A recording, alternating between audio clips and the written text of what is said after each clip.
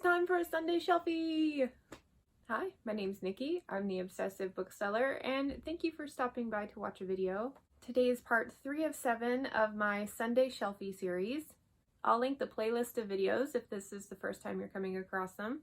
Basically, I wanted to give y'all a bookshelf tour, but I didn't want it to be a colossally long video to both edit and view.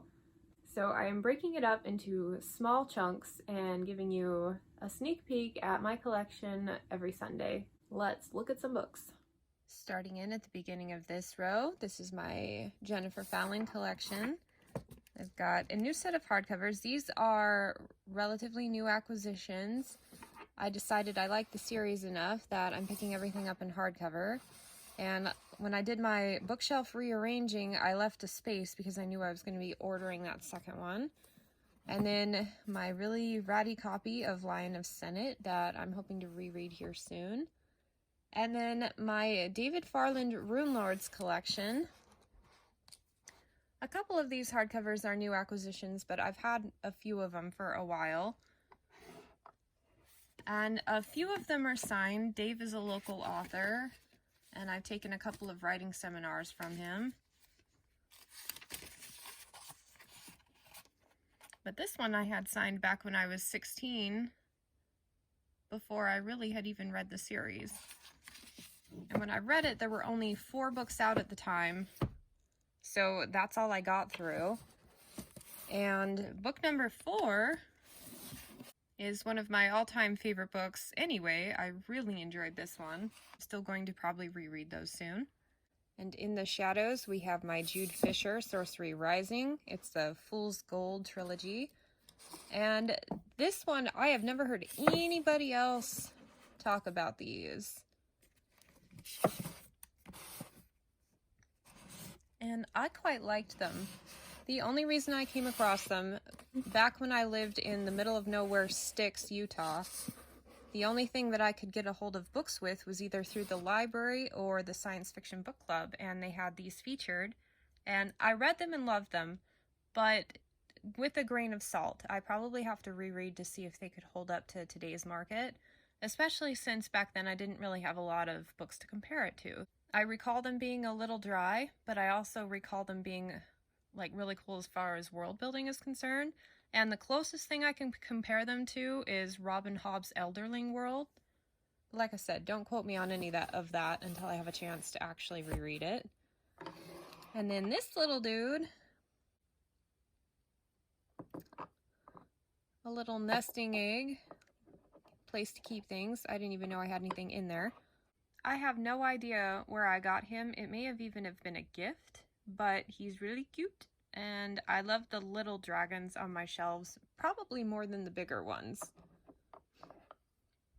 Moving on to my Feist collection. Those paperbacks there I've had since I was a kid. It's the series that got me started on fantasy. And scooching over a little bit. These hardcovers here are all new acquisitions from my most recent book trek. I'll link that video. And I have this really cool compilation of the first 2 novels. And then a couple of different copies of Prince of the Blood because it was my favorite of the series. And I have no idea which edition is earlier. But scooching down, we have my mom's editions, the ones that I actually read when I was a kid. And they've been taped. They are very beat up, very well loved.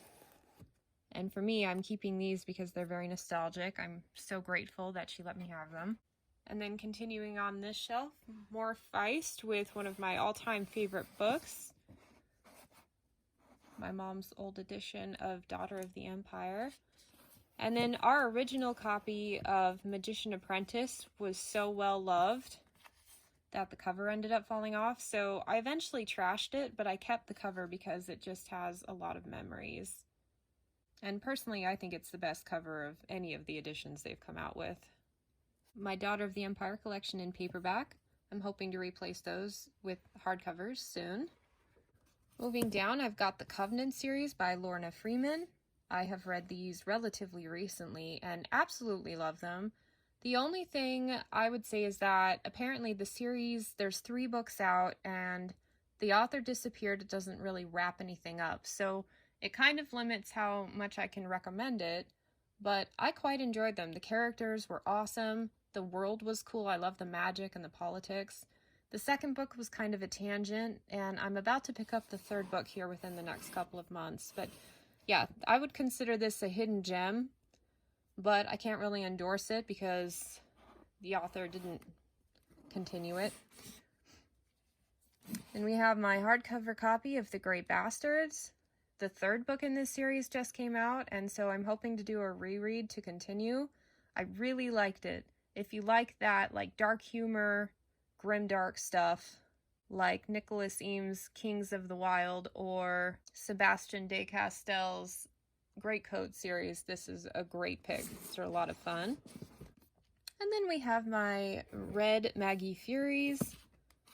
I read this one recently and started out really loving it, but then got more and more dissatisfied with it by the very end. And it's like a colossal book with some of the tiniest writing of any paperback I've ever had. So it took me months to get through. There's no audio. And then we have the Shadow League series. And I read this one back in high school, and it was one of my favorite series I read at the time. It was so unique. And I watched a few people in fantasy buddy reads do a buddy read for it recently, and they, across the board, hated it. So it makes me think that maybe it wasn't as amazing as I thought it was. So I both want to reread it to see how it holds up, but I'm also terrified to do that because it probably won't be as good. I really kind of trust the people who read it that didn't like it. And considering my recent experience with Arion, yeah, not sure about that. And then we have my Goodkind collection. I read these back in the day. I think the most recent one out was Faith of the Fallen when I started reading. But my aunt handed me this book, and say what you will about Goodkind, there's a lot of criticism around him, but I loved him for the things he did really well, and the things that worked for me really worked. That being said, I eventually DNF'd the series because his bad habits got worse and worse as it went along, and I stopped in the middle of the Omen machine because I just couldn't take it anymore. If you can put up with some of the bad writing habits and overlook a couple of things, there are some really cool moments in this series, and overall I definitely don't regret reading it. This book right here, Pillars of Creation, total waste of pages. Naked Empire next to it wasn't much better. And perched up here, he's my favorite dragon of the whole collection. His name is Raceland, and he's one of the first dragons I ever bought, and I am pretty sure I picked him up at a Hallmark store in a mall, of all places. Finishing out the red books, we have a couple of signed editions from Goodkind. I didn't get these signed personally. Barnes & Noble a lot of time has exclusive signed editions during the holidays, and that's probably where I got those. And then my Anita Blake Vampire series. I'm pretty sure these are Science Fiction Book Club editions, but they're taller than most, which, why they don't print all of them in a taller edition, I will never understand. Drives me crazy. But yeah, I believe, I lost track of how far I got in the series, but I'm almost positive that I made it through everything that's in here.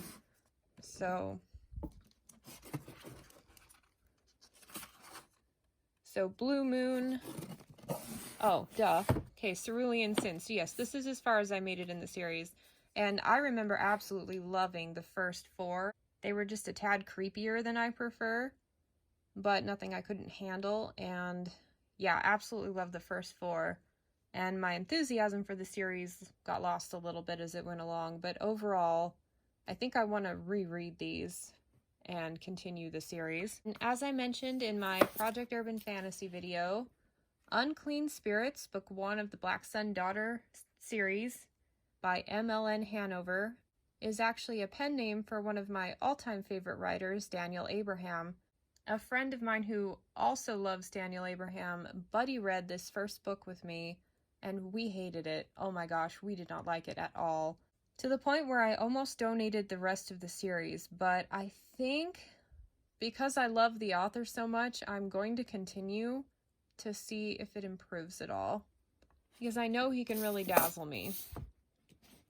And then, sneak peek at next week's shelf starter, I've got a hardcover copy of Dead Witch Walking by Kim Harrison, book 1 in the Hollow series.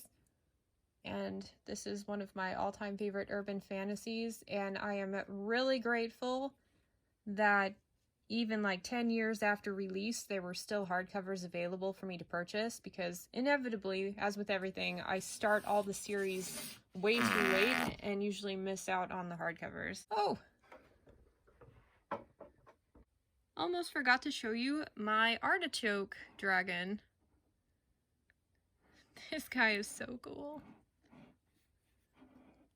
I love his little snout. As with the avocado one that I showed you last week, I got this guy in a middle of nowhere gas station in Scipio, Utah. And those are the only 2 food dragons I picked up. They had 6 or 7 more, but I was trying to be conservative and these were the 2 best ones. So I left all the other food dragons there and just brought these home. And I feel like everybody should be proud of me for that. And that's it for this week's Sunday Shelfie. Thank you so much for watching this video, and I hope to catch you next time. Bye!